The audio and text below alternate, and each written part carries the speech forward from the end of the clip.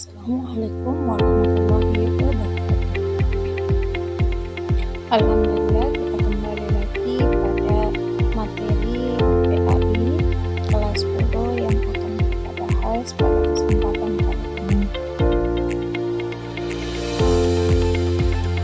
Materi kita kali ini itu membahas terkait indahnya menuntut ilmu atau ilmu pengetahuan. Apa saja isi pembahasan ini? Jadi isi pembahasan kita kali ini itu terkait yang pertama, makna menuntut ilmu dan keutamaannya. Yang kedua, ayat-ayat Al-Quran yang berkaitan tentang ilmu pengetahuan.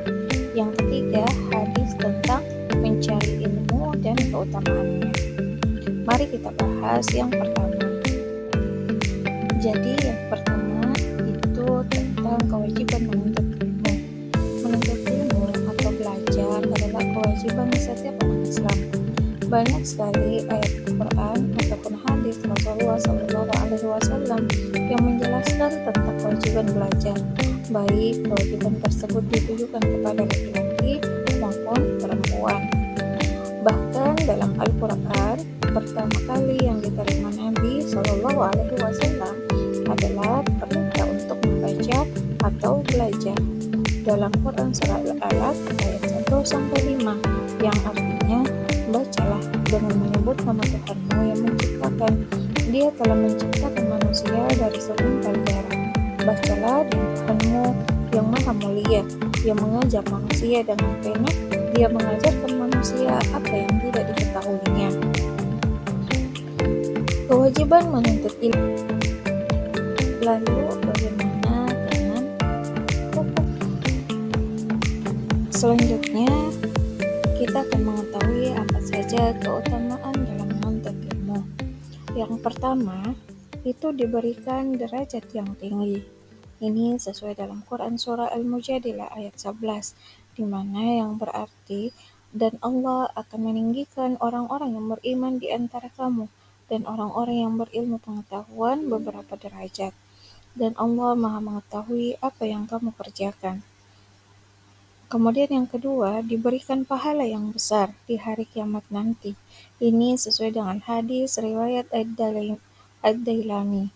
Dari Anas bin Malik radhiyallahu anhu, Rasulullah SAW bersabda, penuntut ilmu adalah penuntut rahmat, dan penuntut ilmu adalah pilar Islam, dan akan diberikan pahalanya bersama para nabi. Kemudian yang ketiga merupakan sedekah yang paling utama. Dari Abu Hurairah radhiyallahu anhu bahwa Rasulullah SAW bersabda, sedekah yang paling utama adalah jika seorang muslim mempelajari ilmu dan mengajarkannya kepada saudaranya sesama muslim. Yang keempat, lebih utama daripada seorang ahli ibadah. Ini dari hadis yang diriwayatkan dari Ad-Dailami dari Ali bin Abi Thalib radhiyallahu anhu. Rasulullah SAW bersabda, seorang alim yang dapat mengambil manfaat dari ilmunya itu lebih baik dari 1000 orang ahli ibadah. Yang kelima, lebih utama dari sholat 1000 rakaat. Ini hadis dari Abu Dzar.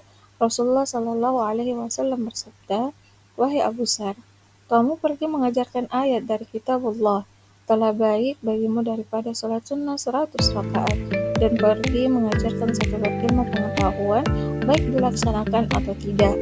Itu lebih baik daripada sholat 1000 rakaat. Hadis riwayat Ibnu Majah. Yang keenam, diberikan pahala seperti pahala orang yang sedang berjihad di jalan Allah.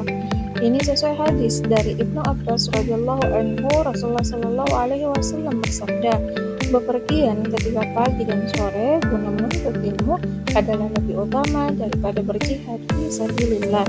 Hadis riwayat Ad-Dailami. Yang ketujuh, dinaungi oleh malaikat pembawa rahmat dan memudahkan menuju jalannya ke surga. Ini sesuai dari Abu Hurairah. Rasulullah SAW bersabda, tidaklah sekumpulan orang yang berkumpul di suatu rumah dari rumah-rumah Allah, mereka mempelajari kitab Allah dan mengkaji di antara mereka, melainkan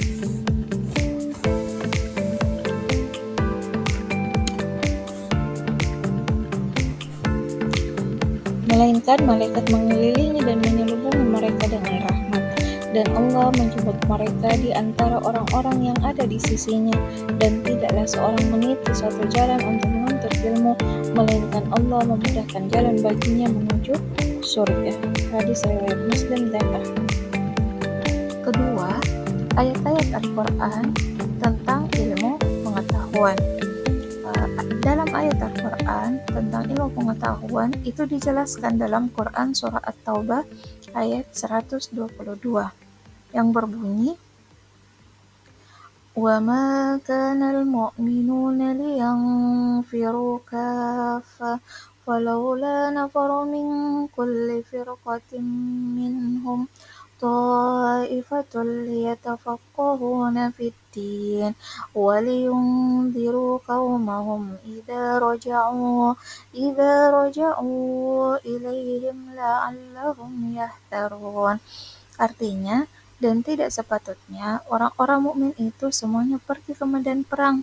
Mengapa sebagian dari setiap golongan di antara mereka tidak pergi untuk memperdalam pengetahuan agama mereka dan untuk memberi peringatan kepada kaumnya apabila mereka telah kembali, agar mereka dapat menjaga. Dari ayat Al-Quran yang dibacakan tadi ada beberapa hukum tajwid yang terdapat di dalamnya. Yang pertama, izhar halki dari lafaz minhum, kemudian mad wajib muttasil dari lafaz ta'ifah. Selanjutnya hukum tajwid ikhfa yang berarti sama-sama dari lafaz yang firuhu, kemudian dari mad lazim musaqqal ini dari lafaz kaf.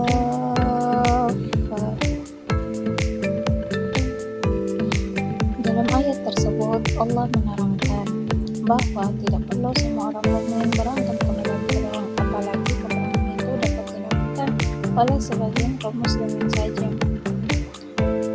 Orang-orang yang berjuang di bidang pengetahuan oleh agama Islam disamakan nilainya dengan orang-orang yang berjuang di medan perang. Dalam hal ini Rasulullah SAW telah bersabda yang berarti, dari Anas bin Malik berkata, Rasulullah SAW bersabda, di akhirat nanti tinta ulama ditimbang dengan darah para syuhada.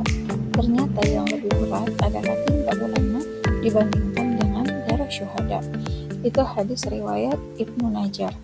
Tugas umat Islam sebenarnya adalah untuk mempelajari agamanya serta mengamalkannya dengan baik, kemudian menyampaikan pengetahuan agama itu kepada yang belum mengetahuinya. Rasulullah SAW telah bersabda, An Abdullah ibni Amru anan Nabi SAW qala ballighu anni walau ayah. Artinya, dari Abdullah bin Amru, sesungguhnya Nabi SAW bersabda, sampaikanlah olehmu apa-apa yang telah kamu peroleh dariku walaupun hanya satu ayat dalam Al-Quran. Hadis riwayat Bukhari.